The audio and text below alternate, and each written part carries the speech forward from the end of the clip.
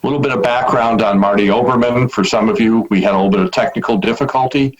Marty was a board member for CMAP, the Chicago Metropolitan Agency for Planning. He served as chair of METRA, the commuter rail system around the Chicago region. And he was on the Chicago City Council as an alderman of the city's 43rd Ward. Marty brings terrific experience working with stakeholders from all sides of the rail industry and from community leaders and environmental groups. So I'm really pleased to welcome Marty to joining us today for ELPC Thinks. And as some of you know, you'll hear a bit from Marty, and then we're going to leave plenty of time for Q&A. Let us welcome Marty Oberman, our good friend, chair of the Surface Transportation Board. Thanks for joining us, Marty. All right. Thank you, Howard. I have to say, Howard, that right at the outset, it took me back to my early days in the city council when you started to introduce me and they cut off your microphone, a habit of the late Richard J. Daley. But times have changed. We got you back on. Thank you, Marty. On a very personal note, I have known Howard Lerner since way before there was an ELPC. In 1981, I had the audacity to want to run for Illinois Attorney General.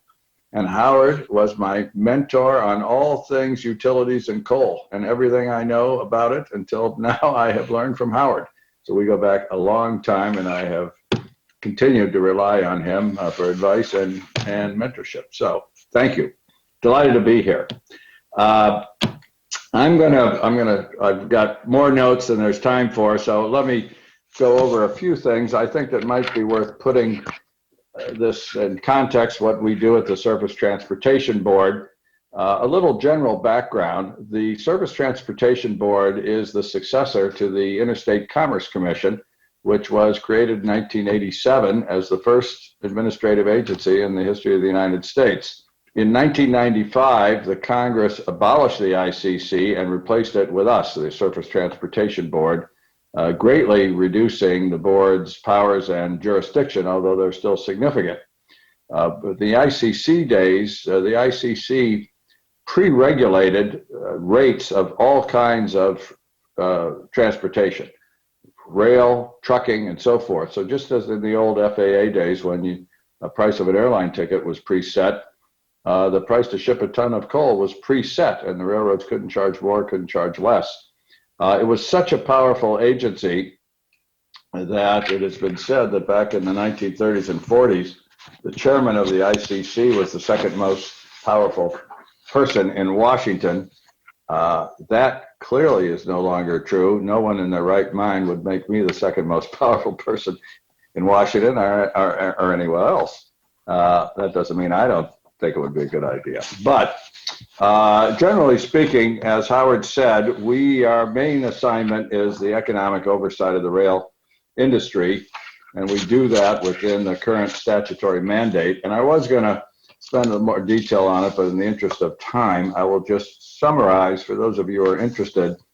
At the very beginning of our statute is a statute laying out 15 separate items that are called the National Rail Transportation Policy. They are completely contradictory to each other and cause us perennial headaches. We're supposed to ensure competition. We're supposed to prevent predatory pricing. We're supposed to ensure energy conservation, honest management of railroads, and all at the same time, item number 2 says minimize the need for federal regulatory control. We struggle with that. I am a far-seeking lawyer, and I have already used my legal background to interpret that statute in very constructive ways, and I will continue to do so as we go through it. But also, obviously, trying to stay within what the Congress has mandated. The truth is, our responsibility is massive.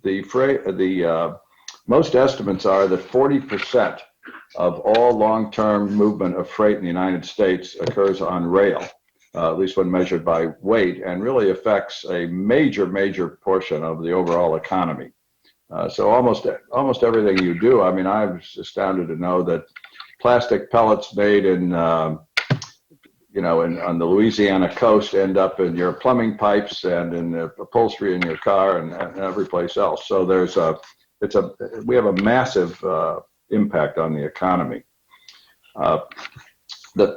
To understand what we're charged with on the freight side in particular is to go back a little bit in history. In the 1970s, before the ICC was formally abolished, the Congress had already begun the move towards deregulation, and it culminated in 1980 with the passage of a very well-known law called the Staggers Act, and that is what we still basically operate under. Prior to 1980, there were approximately 40 Class 1 railroads in the United States. These are the large railroads. As a result of Staggers, which removed a lot of the hurdles for railroad mergers, there was a merger fervor really over the next 20 years, so that by the early 2000s, there were only 7 Class 1 railroads on the North American continent. There are really only 4 big ones in the United States, and they've sort of divided up the geography. The Union Pacific and the Burlington Northern cover the western half of the United States, west of the Mississippi. The CSX and the Norfolk Southern dominate the eastern half. The Kansas City Southern, which is the smallest, runs north and south up the center of the country and now into Mexico. And then there are the 2 Canadian railroads, the Canadian National and Canadian Pacific, which are mostly in Canada, but they have a great impact throughout the United States, or the central part of the United States, primarily in New England. So we are dealing with a much consolidated rail industry that is really, it's a practical matter in most places, a monopoly. Arguably, in some places, it's a duopoly, but there are many, many major users of the freight rail line who are captive, who really have only one choice, and that brings in the need for us to oversee the reasonableness of both the rates and the service that is provided. By the way, I won't devote too much time on it. We were left in the consolidation, the change in all the statutes, with a few miscellaneous assignments, almost none of which take up any of our time. For example, we regulate rates of shipments between the United States and non-contiguous United States properties. So if you are shipping something from Seattle to Guam and you don't like your rate, you can complain to us. To my knowledge, there's never been such a case, and there probably never will be, but it's part of our jurisdiction. The board, one little side note, but it's very important to me. When the board was created, it was created with 3 members. But under the equivalent of our Open Meetings Act in Illinois, at the federal level, it's called the Sunshine Act. As in Illinois, you could not have a discussion between a majority of a quorum about a case, which meant that no 2 board members could actually talk to each other ever, because you became a quorum. 6 years ago, the Congress increased the size to 5 for several reasons, but the principal reason was so we could talk to each other. But that only happened in January this year. Finally, the board reached its 5-member maximum, and like most independent agencies in Washington, it's no more than a majority of 1 party. So currently, there are still 3 Republicans, 2 Democrats. The president, we are Senate confirmed, although the president designates the chairman without having to go back through the Senate, which is how I got there. And I wouldn't have had any problem anyway, apparently, because I don't know what a tweet is and I don't know how to do it. So I have been chairman since January 20th at 7 o'clock at night. One of the things that is crucial to remember, by the way, when I was talking about the system and the reduction to 7 Class 1 railroads, as a result of a great deal of consolidation and selling off of railroads, there was also a fervor of the creation of more short lines. And short lines can be railroads anywhere from 1 mile. The biggest are several hundred miles. I think there's one that's 1,200 miles. And there are 600 of these railroads all over the country. And they are a crucial part of the system, because more and more the major railroads have focused their business model on just transferring freight very long distances from their yard to another yard, and then to a very high percentage, the short lines then distribute this freight to the ultimate customer and pick up the freight that's going out. So we couldn't function without these 600 short line railroads, and they get regulated in a different way, which is too complex to go into in this meeting. Our main focus of rate regulation and service regulation is on the 7 Class 1s. I'm sure everybody here appreciates the basic concept of how environmentally friendly rail transit is compared to, except for barges, all the other ways that we move things around on highways. My own view is that, and it is one of the guiding forces since I've been on the board, is that every opportunity we have to get freight off of the highways and onto rail, we should make happen. You should know, by the way, that the House T&I subcommittee, which I'm sure many of you are familiar with, is having a hearing next week on this topic. I think one of the great things that's happened, and we can talk more about this, is that the advent of the Biden administration has really heightened everybody's focus in Washington towards climate change and the environment. It's clearly now a priority. It's much easier to move ahead in this area. Even the Association of American Railroads, which has actually always touted the advantages of rail, is stepped up. They issued a very good report, I thought, on Monday, summarizing the environmental advantages of freight rail. A couple of interesting points that they made, by the way, is that while 40% of the freight moves on rail, as I said, only 2.1% of transportation greenhouse gases are emitted by that transportation of 40%. That's a pretty significant indication of how much better we can do if we can get more on rail. It should be understood that about pre-pandemic, I'm going to give you a few pre-pandemic numbers. Everything changed, but they will be coming back to those levels, I think, sooner rather than later. A total of about $980 billion is spent in the United States on moving freight. Of that $980 billion, only 8% is moved on rail. Now, a lot of freight couldn't move on rail. Obviously, you can't build a rail line down your street to deliver your Amazon package. But a significant portion of that $980 billion could and should be moved to rail. And here's a fascinating number that was in the AAR study. If we only moved 10% of the freight that is now shipped in largest semis from the highways to rail, we would reduce greenhouse gas emissions by more than 17 million tons a year, which is, according to AAR, Howard, you would know better, the equivalent of taking 3.35 million cars off the roads. So that's significant. And moving 10% onto rail is very doable in my view, and probably more, and that is as much power as we have to move in that direction. That's something I'm very much committed to, but it's not as simple to just say, okay, do it. It all has to do with our regulatory structure. I want to just quickly, because I do want to talk about passenger rail for a minute and then get to the questions. We have a specific mandate and authority to take environmental concerns into account on almost everything we do. So whether it's approving a merger, the construction of a new rail line, an abandonment of a rail line, we do a NEPA review, either an EIS or an environmental assessment. We have our own environmental department with some really terrific lawyers and engineers in it. It's not a very big department.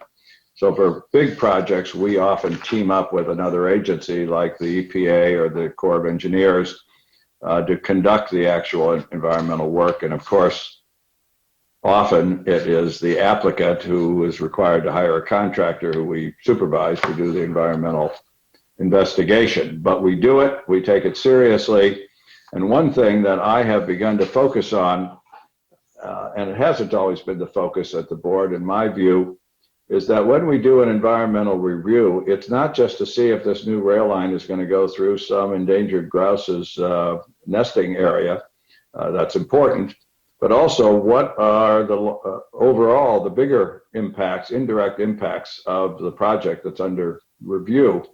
So recently, I wrote a very detailed dissent over a proposal to build an 85-mile new railroad through the middle of the Uinta Basin in Utah, which is a wilderness area, which is being promoted in order to promote the extraction of oil, shale oil, or both. Somebody will continue to tell me the difference out of the mountains there.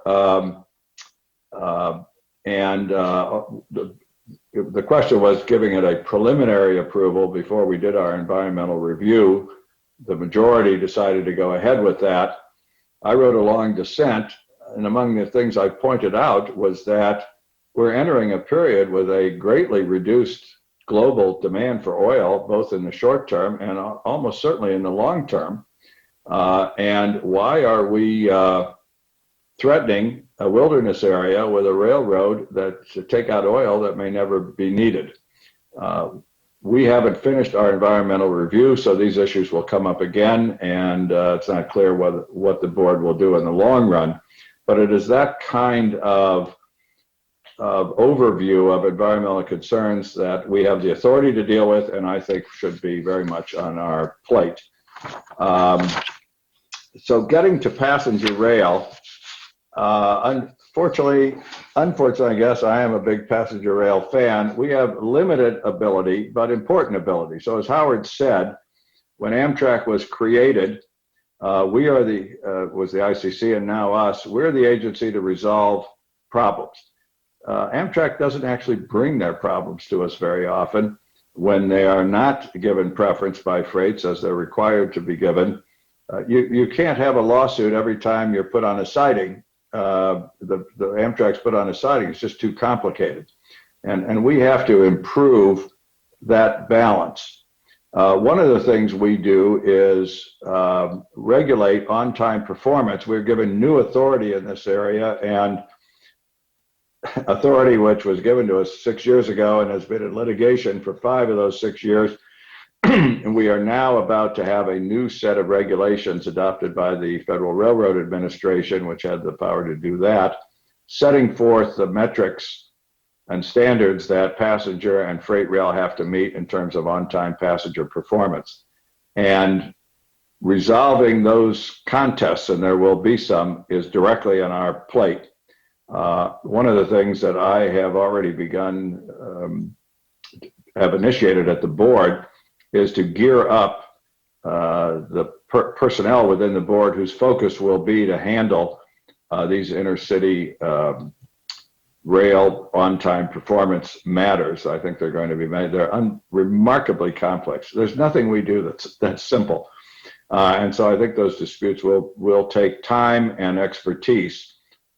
And given the way the statute is set out, you can't bring a case to us unless there has been less than 80% on-time performance, and that's a question of how we're going to measure that, over a period of 2 quarters. So the measurements hopefully will be in final place sometime this summer. The earliest we could get a case would then be 2 quarters later, so roughly early next year. But I want our board to be ready to handle these things aggressively and expeditiously. The other area that we have a very key role with Amtrak is that the statute creating Amtrak set out some formula for how much Amtrak was supposed to pay the freight railroads for the use of their right-of-ways. And when they cannot settle those disputes, they bring the place to come is to the board, and we determine what is a reasonable compensation. We have one large pending matter now. The fact that it's pending is public. It's a fight between Canadian National and Amtrak. Obviously, I can't get into the merits of it. It's still pending. And those cases are extraordinarily complicated, how you allocate costs and so forth.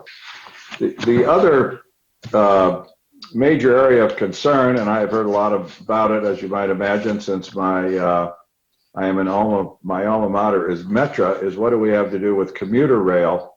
Right now, we have almost no jurisdiction over commuter rail.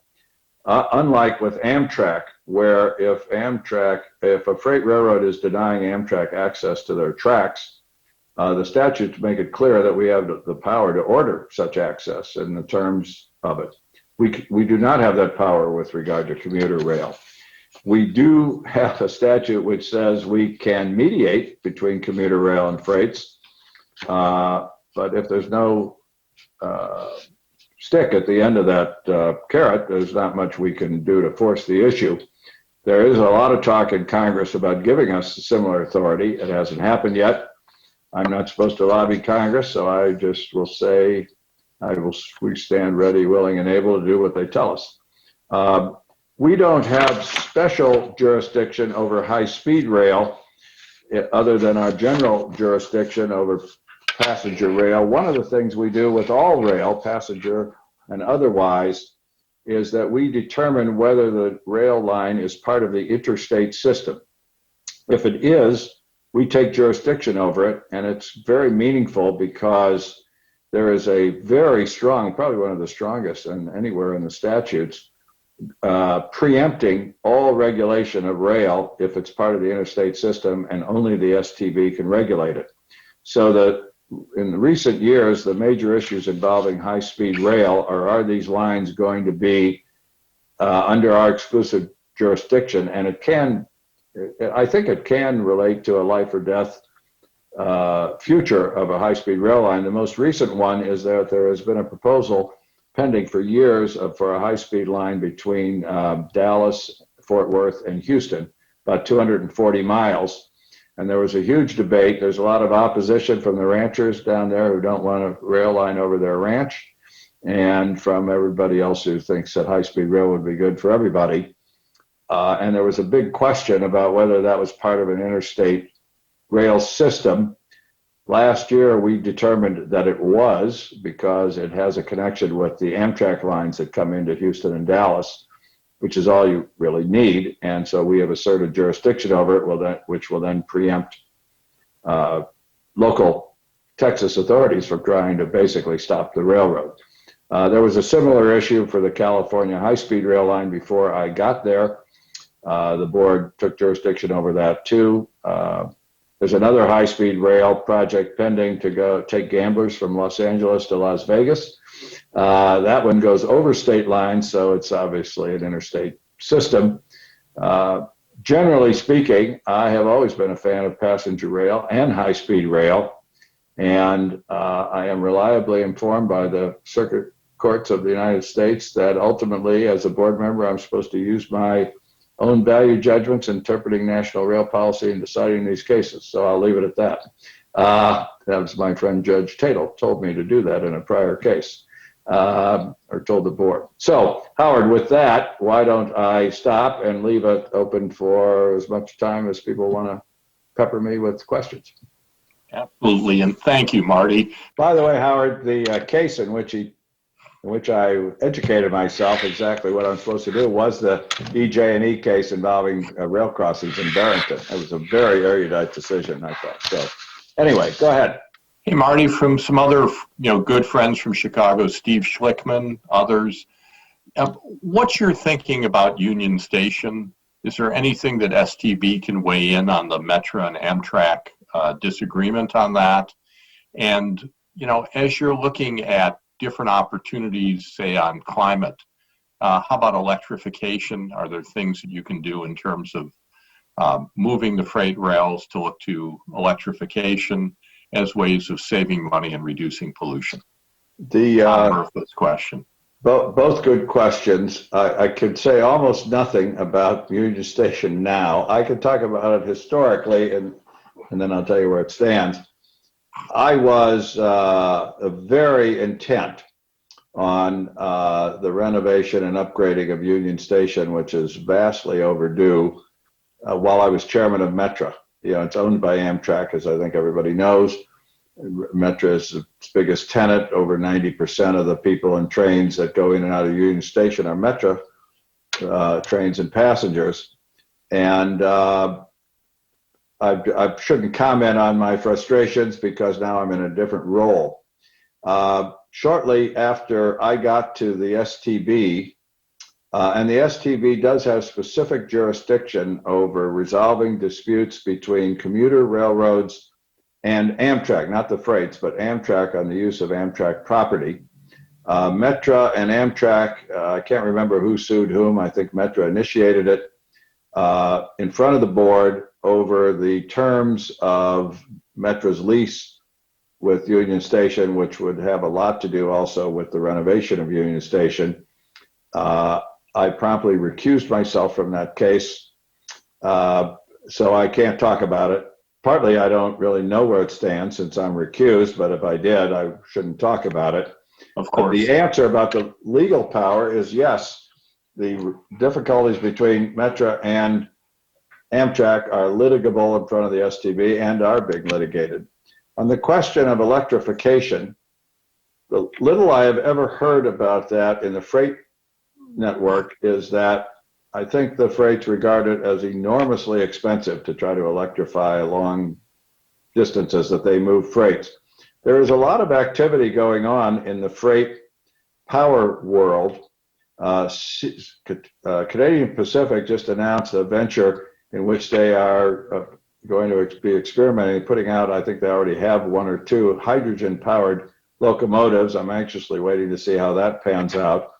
And there is a lot of interest in the rail world about battery-powered locomotives. There's I think they're ready to use a battery-powered switch engine locomotive at the Long Beach port, I read someplace. So I think we're a ways from there.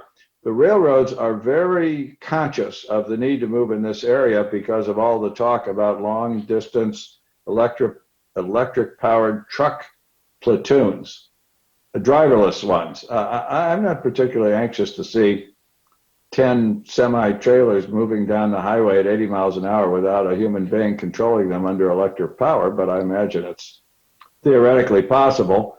But that would be obviously major competition in terms of fuel costs and so forth to the railroad. So that's where their focus is. Battery, hydrogen, there's, a big debate about liquid natural gas, which of course is very explosive. So that's where the focus seems to be. I don't see anybody talking about investing in catenary kind of systems for long distance freight, but maybe. Hey, Marty, a couple of questions from people like Paul Karras, Nicholas Little, and others. How do you see this moving in the future? As there's less need for freight to carry coal because we're burning less coal. We'll see if there's less oil transport in the future. Is that going to be more of a role for short lines and feeding intermodal service? Is there simply going to be less freight that's going on the tracks? Are there things that STB can do, as Paul Karras asked, to help shift freight from trucks to rail, if you think rail is more economically and environmentally efficient, as you were commenting earlier? How do you see all that playing out going forward? Well, that question is the centermost question on my mind going forward. Traditionally, coal has accounted for about 20% of the freight that's moved on rails up until coal started to lose favor for all the obvious reasons. It's now only about 10%, which is, in my view, quite a good thing for the environment. Obviously, the railroads aren't happy about it. Although coal was also one of the lowest priced commodities because it moves, in gigantic unit trains across the country. The railroads when you talk to them, they say they're very focused on the need for them to replace the loss of coal. And one would think gradually oil is going to go down too in terms of volume. And as we move to renewable energy, a huge use of the rails, for example, is sand for fracking. That is a very large amount of freight movement. So there are all kinds of things that will be impacted by the move to renewable energy. Getting the freight railroads to really focus on adding car loads, both from their own self-interest to replace the loss of the fossil fuels they move, and for the benefit of all of us by getting it off of the highways, is a challenge. in many places, trucks movements are more facile. They get more, a lot of shippers think they get more reliable service. The railroads claim they're improving service, they can compete. Ultimately, it amounts to rates in many places. If trucks offer lower rates, that's where people are going to go. And that is an area that we have a lot to say about. But our ability to actually regulate rates is very much restricted under the Staggers Act. We have flexibility, and we are one of our major ventures, which my predecessor began 3 years ago, and I'm hoping will come to fruition in the next 4 or 5 months, is to completely revamp the process by which a shipper can challenge rates before the board. Even though we are the only place since 1980 where shippers could come to the board, there have been only 51 rate cases in the last 40 years, Wow. which is remarkable, but mainly because the process is not accessible. Rate cases could cost $4 or $5 million. They could take 4 or 5 years. By the time you get from here to there, your effort to ship your product is long past. So we are hoping to greatly streamline that. We have a couple of measures which are under active consideration right now, and I hope we'll act on them soon. So that is one way we can try to get freight moved from highways to rail. The bigger question, though, that I think the kind of overall future direction of the freight rail industry, the long-term direction, for some years now, the big freight rail companies have been under a tremendous influence of Wall Street. And as a result of that, they have stripped about 25% of their workforce down. If you look over the last 6, 8 years, they have focused their movements not on picking up carloads here and there, but on the movement of long trains, long distances. It's not clear that they have facilitated, in my view, the short lines picking up the slack, although they say they are. But I think we are, as a country and as the STB, competing with the forces of Wall Street, which are pretty powerful, to incentivize, because all these moves by the railroads are being undertaken to cause their stock prices to go up. And if you look at the last few years, railroad stocks have been a terrific investment. But that's not always been to the benefit of the public, the consumer, the shippers, and the environment. So I am trying to grapple as a non-businessman, non-economist, non-finance expert with these very complex issues and see if the board shouldn't be steered in that direction. As I said when I became chairman of Metro, you might say, well, what the hell are you doing as chairman of this board under these circumstances? I don't know anything about railroads, but I'm a professional question asker. And so I ask a lot, and I learn a lot, and it is an area I intend to deal with. Marty, there are a number of questions by people about what I'll call community impacts. Our friend Nancy Loeb asks about environmental justice concerns. As freight trains move carrying, say, pet coke and other materials through the south side of Chicago, you're looking at particulates and you're looking at emissions and materials that go off into the air. Durs Anderson and Tony Ferrero are asking about blocked crossings in communities. A lot of concern about the preemption doctrine that limits what communities and localities and municipalities can do about the real world impacts of freight on places like Chicago and neighborhoods in Chicago. What's your thinking about this? What can STB do? And what are the things you're thinking about going forward to get that balance between the interests of freight to move products and the interests of communities to do it in ways that are sensitive to people and health? A very, very broad and important question. Most of the regulatory authority dealing with safety issues of hazardous materials and things of that nature is in the FRA. We really don't control much of that. Our ability to intervene in the environmental area, environmental justice area, and community impacts, which, by the way, are much broader than just, say, air and water quality and so forth.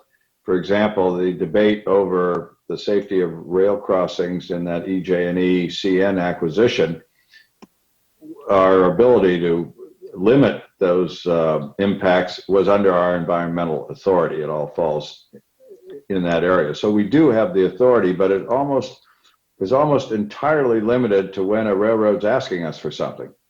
So if they're asking to build a new line or acquire a line or merge with somebody, that is our opportunity to impose environmental conditions.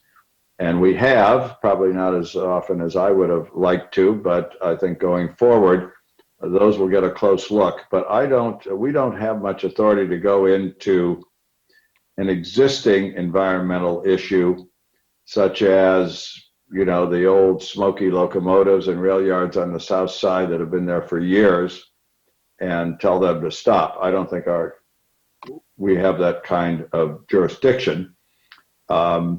And the question of preemption is a tricky one, and one I take very seriously, because our preemption statute is so strong that there is very little that local governments can do aimed specifically at railroads. And we've had a number of preemption cases. We have one actually sitting on my desk right now that involves some very subtle statutory interpretation. The Congress, as in many areas, hasn't left us with great clarity.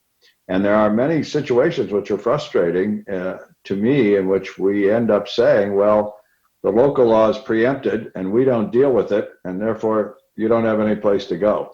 There are gaps in the system which ought to be filled. So I find it very frustrating. We just issued a major decision declining preemption, and you may be familiar with it. The large railroads asked us to enter a declaratory order preempting the entire Clean Water Act limits on pollutions from moving sources like rail cars, because there was one case out in the state of Washington where a federal judge said that the railroad was emitting too much coal dust into the rivers from coal cars as they were going by. And I can't say much about our internal workings. Let's just say, at my urging, among others, the final decision we entered was to decline to issue a declaratory judgment, saying that the whole question was premature. But if you read that decision, we did give some guidance as to how we think the laws are applied. And if a local state, for example, wanted to enact a control on the emissions from a rail car as that car was going through the state, it would almost certainly be preempted, because the next state might have a different standard. And the argument of Congress was made it clear that it would be such an imposition on the interstate movement of freight that it has to be national. Now, the answer is the EPA could, in that circumstance, enact a nationwide limit on what can be emitted from a rail car as it goes by. And that's the way to solve that problem. As to local issues like, diesel fumes coming out of the local freight yard, that's really also a national standard. There was a case like that in California where the local authorities wanted to greatly limit the level of emissions, and that never came to fruition. But the board, this was before I got on the board, basically said if they tried, it would differ from the FRA's limits and therefore would be preempted. So again, the place for that is to go to the FRA, and they can enact matters in those areas. Thanks, Marty. Hey, we have some questions from passenger rail groups, like John Jean Scale over at our good friends, the Rail Passengers Association. They're pleased to hear about your setting up a dedicated passenger rail desk at the Surface Transportation Board. What do you see the role of STB in terms of standardizing or streamlining access agreements and service outcome agreements, so that all the new projects that hopefully are going to come about through the Build Back Better program that the Biden administration is doing just don't get bogged down in negotiations for years between the states, the freight railroads, Amtrak's, and so forth? Are there ways of STB helping to streamline and reasonably accelerate that process? That issue, we tend to be, to a large extent, reactive at the STB. We do take the initiative in some areas. The truth is we have a small staff. We're budgeted at 142. We only have about 120 now, by one of my missions to fill those vacancies. Since I became chairman, working on it. So all of those efforts take a great deal of person power because the issues are so complicated. To be honest, I've not thought about the idea of standardizing it, the access. My gut reaction is that there is no standard place in our national freight network. You know, it was built up randomly since the 1820s or 30s. And there are a lot of places where the way the rail lines are laid out and the switches and the access points don't make a lot of sense anymore. I said after I'd been at Metro for a few months that if I were starting with a prairie, I never would have designed the Chicago terminal like it now looks. So there may be some things that could be standardized, but ultimately the actual access and use of any particular rail line, I would imagine, is going to have to be very much localized. But it's an interesting concept, and it is something I will take back, like as something that it could be. There's so much that's gone on at the board, to be honest. It could be somebody's already looking at this, and I don't even know about it because I've been so immersed in everything else. But it's definitely an idea worth looking at. You know, Marty, I'm pulling together a couple of questions and comments from people. You know, one of the things you look at here is how do Republicans and Democrats work together to get things done? And you were commenting earlier that the 3 Republican members and you have been getting along pretty well. I mean, do you see that as being likely going forward, that as there are more appointments, some of the issues that have been talked about by people really have a constituency among the different board members, and it's not, you know, one of those old, all the Democrats voting one way and the Republicans the other way and vice versa? How do you see that playing out at the STB as your chair? Well, it's been an interesting question for the last 2 years. In my bailiwick, which is small in Washington, all those issues have been really determined by the personalities of the human beings who are occupying the seats, and that we've been fortunate. We have not been part of the bigger political brouhahas and contretemps in Washington, partly because we're an independent agency, but largely because of who the people are. It was an interesting question because I inquired when I first had the crazy idea that I should be on this board, what life would be like there, because I was not interested in jumping into something where it would always be the Democrats one way and the Republicans another way. The political pressures on the board are not the traditional partisan ones. We hear from senators and congressmen who are pro-railroad and senators and congressmen who are pro-shipper. And we hear from everybody when it comes to, say, an environmental issue.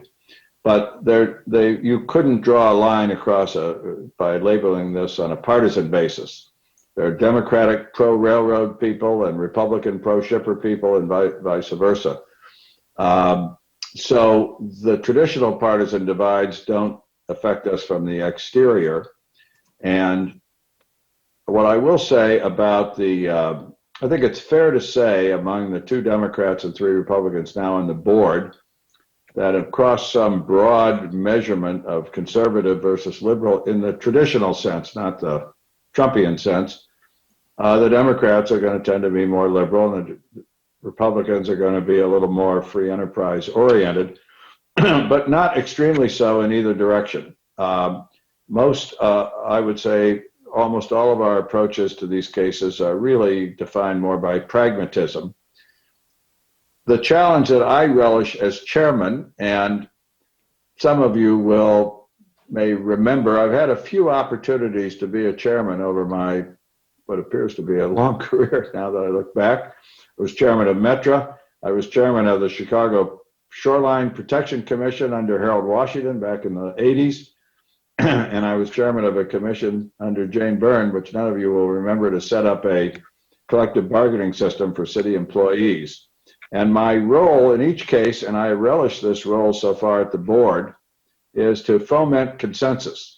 And it takes a lot of patience and a lot of willingness to talk and be respectful of others' opinions. But I think you get, farther, with honey than with vinegar. And so I see my job as to build unity among board members, where I can't do it in every case, and even when there's disagreement, to soften the disagreement. And so that's what I hope to do going forward. Not to quote somebody I admired, but somebody who had a practical view of the political process. Now that we're in Illinois, Paul Powell famously admonished young people coming into the legislature, if you can't get a meal, take a sandwich. And it's wise counsel sometimes in the area of what we do. And so I do hope to go forward. There are some issues in which you may need to lose and declare your position to try to make some progress in the long term. But mostly, I'd like to build consensus if I can, and that's what I intend to do.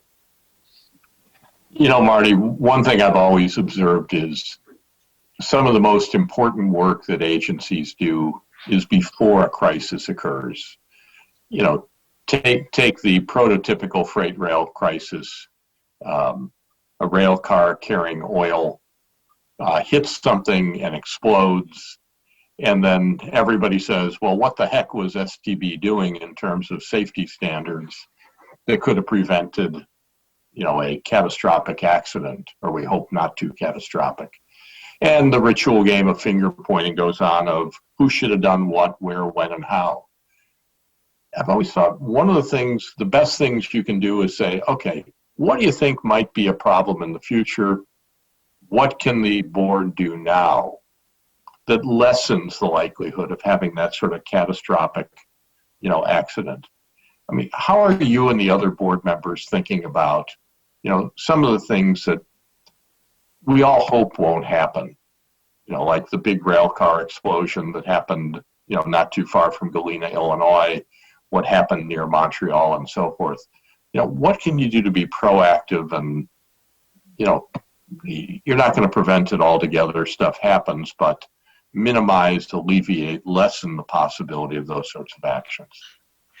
In those particular areas, we have almost no jurisdiction. That is all under the FRA in terms of standards for tank cars, safety standards, what's allowed, what's not allowed, length of trains, which contributes to that problem. Our jurisdiction has to come at it from the economic direction almost entirely, except when it comes to new lines. So for example, in theory, if somebody wanted to build a new rail line through the center of a residential area for the purpose of transmitting, we actually have this issue pending involving that Uinta Basin case. There's a fear that those oil trains will go through a populated area in Colorado, and we have already heard from many Coloradoans that they don't want us to approve the line for that reason. So we would be able to take that into consideration in that circumstance. But in terms of existing rail lines, and if a railroad wants to start moving oil cars down their line, we really can't stop them.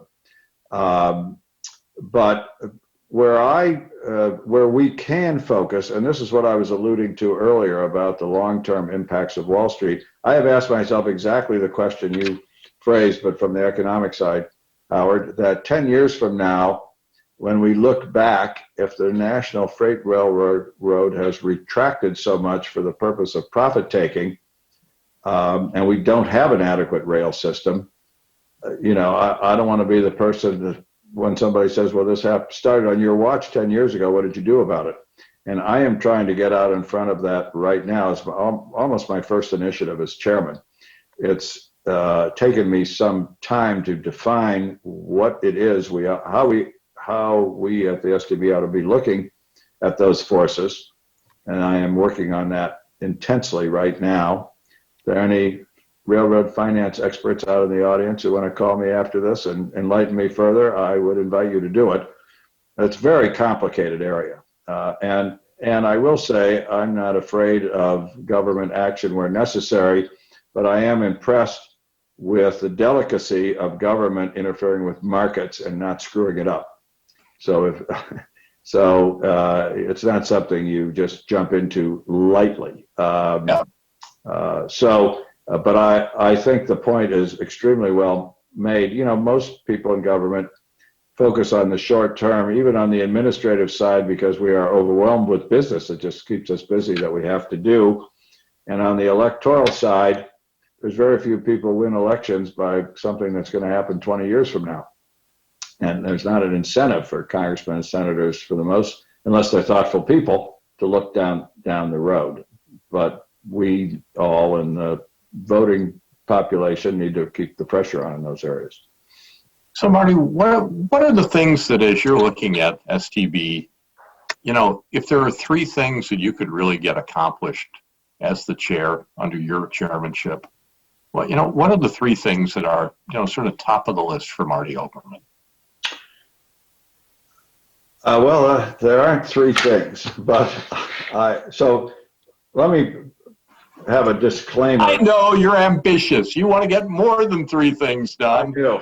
And heck, I'm not, tying you down. Go with four, go with five, but what's at the top of your list? Yeah. Things you want to get done. Let me make one thing clear about my ambitions. This is at the end of my ambitions. After I serve my term here, there's a lot more golf involved.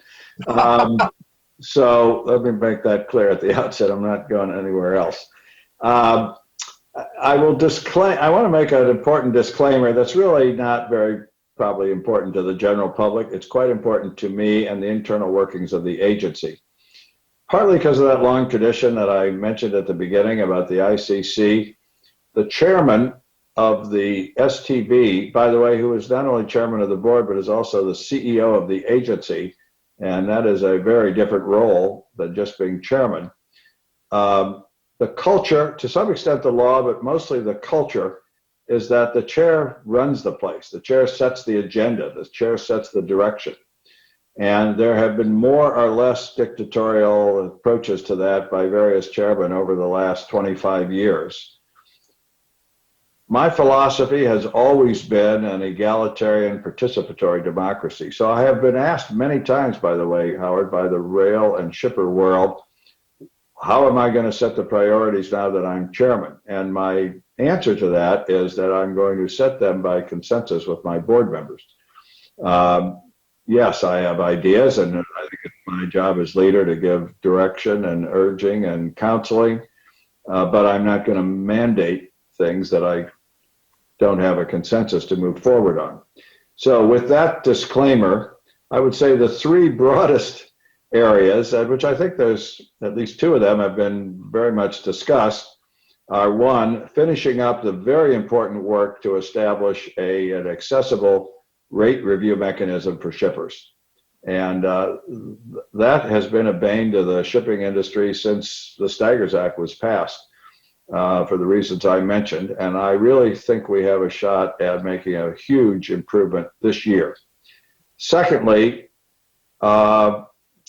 doing what we can, given the limited amount of existing competition, to improve and stimulate competition among railroads, which will benefit everybody, but certainly shippers.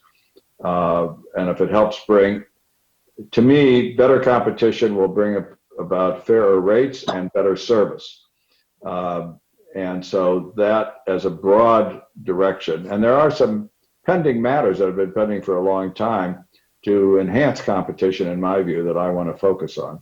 And third, and really the biggest issue, which I can't define because, as I just said, I'm still learning it, is to try to get a handle on this the very powerful market forces coming from Wall Street affecting how the Class 1s move forward. I'll just give you one example that I find troubling, and it's in the public realm, and I've mentioned this to railroads. There has been a major effort in the last few years by the publicly owned railroads, not the BN is not directly publicly owned, The publicly owned U.S. railroads, for the most part, to spend billions of dollars on buying back stock. Those are billions of dollars that are not going into the rail beds and other infrastructure.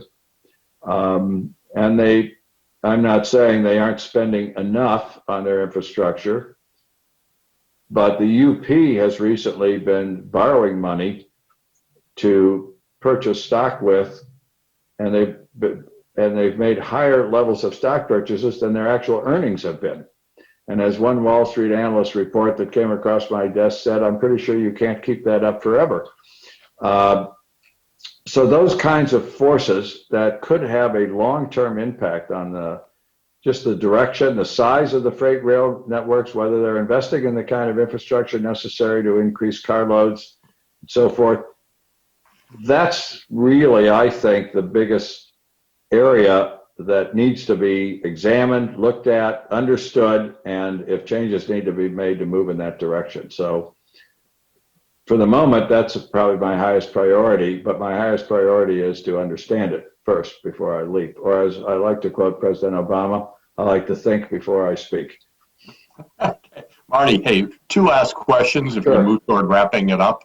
First, a question I'm going to combine from Peter Scozzi, Ken Westlake, Patrick Carnahan. What can you do in terms of, promoting environmentally friendlier trains versus trucking? How does that play in benefit cost ratios you might consider? And does the board have any role or regulation or responsibility with regard to CREATE, something I know you'll know a lot about? Well, I don't know what we can do to force railroads to spend money on environmentally friendly technology. They say they're doing it now. They would say to me, well, don't lower our rates so we don't have enough money to spend on that technology, but they have plenty of money to spend on it, and that's really not an issue. We can certainly recognize in our costing systems and so forth, we would anyway, I don't think it's a need to change it, money spent on R&D to improve development of environmentally friendly technology. So we certainly don't stand in the way. I'm not sure we have to encourage that. We certainly want to encourage competition vis-a-vis trucks. And I have been somewhat resistant to a strict cost-benefit analysis, because the people who propose, and they have proposed to us that we adopt a very detailed cost-benefit analysis on everything we do, basically would stop the agency from functioning. It would take years and millions of dollars to do those kinds of studies every time you want to have a regulation. So we are very conscious of cost-benefit analysis, and I think you can get there intelligently, but without having to hire a bunch of economists to spend 2 years measuring every last benefit and cost. The second question, part of Peter's question, I forgot. What was the second half of it? I was just going to ask, Peter was asking and Ken Westlake was asking, if you see freight rail as being an environmentally friendlier alternative than trucks for shipping, are there things that can be done by the board to promote that more environmentally friendly? CREATE. And then Ken's question about CREATE, part of the value of CREATE is to make freight rail more efficient and move faster and less pollution. So I pulled those two together for you. Yeah. Well, I wanted to talk about, to answer the question about CREATE. Unfortunately, when they created the STB, they did not give us the checkbook. Congress still has it. So there's not much we can do to make sure CREATE is funded. I have observed, I think it's fascinating how the funding formula to CREATE came about. The railroads themselves spend, I think, somewhere between 25 and 30% of the cost of CREATE projects. And the board has no jurisdiction to change that. I would just say from a board's point of view, but from my own point of view, since much of the benefits really do smooth freight train movements through the Chicago Terminal, which are crucial. That I can't remember the numbers, but it takes 2 days to get a train from California to Chicago, 2 days to get it from the west side of Chicago to Hammond, or longer. You would think that the freights would be more incentivized to spend more, and they haven't. So that's all I can do is to say I think it would be a good idea. We don't have any jurisdiction over that, but I am a big supporter of the CREATE project. Every smoothing out of the transmission will be less pollution, faster movement, better for passenger. Metra is impacted by a lot of the delays that CREATE has already improved. The Englewood flyover so famously really improved that movement. The Metra trains that go through the 75th Street SIP will be greatly improved when that project's finished. So I'm a big supporter of CREATE, and I encourage everybody who has a checkbook to write the checks. I don't have one. It's a big one. Yeah. Hey, Marty, just the last question for you. This is a big deal job. You know that. I know that. I think it's a great job for you to be doing at the stage in your career and the experience you brought to it. And people here really appreciate it who have been on the webinar. As you're looking at what scares you in the job, what do you wake up at night saying, I better make sure we do such and such so that some bad thing doesn't happen. What just worries you most about it? Well, it doesn't have the disaster potential, say that what would keep the head of the FRA up at night, for example, the ones you alluded to. Yep. I don't think the job keeps me up at night, but okay, which is good. But the one thing that I would answer it this way, that I want to be extremely careful about are the unexpected consequences of things that we do.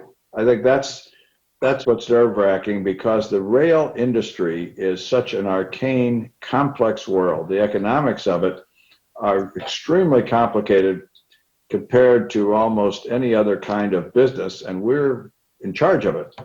And I am very fortunate to have very knowledgeable board members and an extremely knowledgeable staff to keep me in the right direction. So I have a lot of resources to call on to make sure that what I'm proposing, does make good sense and isn't going to cause more problems than it solves. But that is, if anything makes me nervous, it's just that the actual economic expertise is something I don't come to the board with. I will leave you with this insightful anecdote, which I think was intended as a compliment, but maybe with faint praise. Early on in my tenure at the board, I was getting a one-on-one seminar, which is a great advantage, from one of our lead economists who was trying to educate me on really one of the complex rate methodologies that we have, which I defy most people to understand. And he walked me through it 4 or 5 times. And I finally said, look, I have to vote on measures involving this concept. And I think my vote is basically going to be your vote. I have to rely on you. I don't have my own independent knowledge of this. And he looked at me and he said, Marty, you're a very good lawyer. And I decided, okay, I'm going to rely on you for the economics and I'll rely on myself for the law. So that makes me nervous, and that's why I'm seeking a lot of more education in this world, because and by the way, as you might imagine, one of the intellectually stimulating parts of the job, which I relish, we've had a number of hearings where we have highly sophisticated competing economists for railroads and shippers coming and educating us on these complicated economic concepts coming from, of course, opposite directions, and we have to sort out who we accept. So I spend my time cross-examining those people because I know how to cross-examine, and some of the truth and light comes out from that. All right. Thank you, Marty, for what you're doing at the STB, what you've done over the last couple of years at the Surface Transportation Board and before then, and what you're going to be doing as the board chair. I think there's been a lot of interest in your presentation. Judging by the questions, people are quite excited about the opportunity and the experience and the perspective you bring with the new administration. I know we are at ELPC, and I know a lot of our colleagues are as well. So thank you for doing this. Congrats. Just to thank you for inviting me. And once an alderman, always an alderman. I welcome constituent input and complaints. So anybody who wants to talk to me or has an idea, please contact me. I'm open. You know, Marty, that's a great opportunity. Hey, thank you everyone for joining.